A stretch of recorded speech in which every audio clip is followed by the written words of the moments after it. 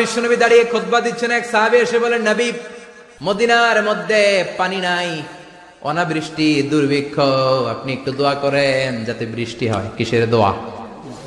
বিশ্বনবী জুমার খুতবা থামিয়ে দিলেন, খুতবা দিচ্ছিলেন, খুতবা থামিয়ে দোয়া করলেন, আল্লাহুম্মা আসকিনা, আল্লাহুম্মা আসকিনা ইয়া গাউস আগিসনা, আল্লাহুম্মা আসকিনা গাইসান মুগীসান মারিআন মুরিআন নাফিআন গায়রা দার আজিলান গায়রা আজিল। আল্লাহ, আপনি আমাদের সাহায্য করেন, আপনি রহমত করেন, বরকত দেন, আপনি মদিনার বুকে বৃষ্টি দেন, তাড়াতাড়ি দেন, দেরি করেন না। সুবহানাল্লাহ।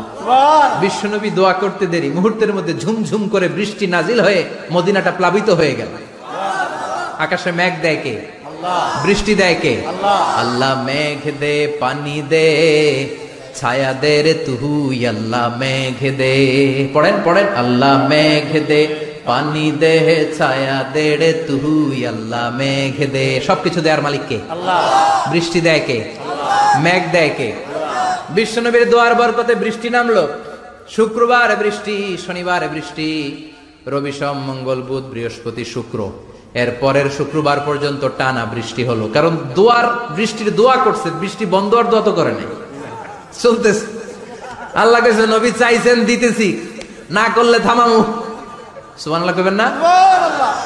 বৃষ্টি হইতে হইতে মদিনায় বন্যা, মরুভূমির দেশ, কি পরিমাণে হেভি রেইনফল হলে মরুতে বন্যা হয়। সুবহানাল্লাহ পড়বেন না? আবার বিশ্বনবী পরের জুমাবারে খুতবা দিচ্ছেন, ওই সাহাবী এসে হাজির, এসে বলে, ও নবী, আর বৃষ্টির দরকার নাই।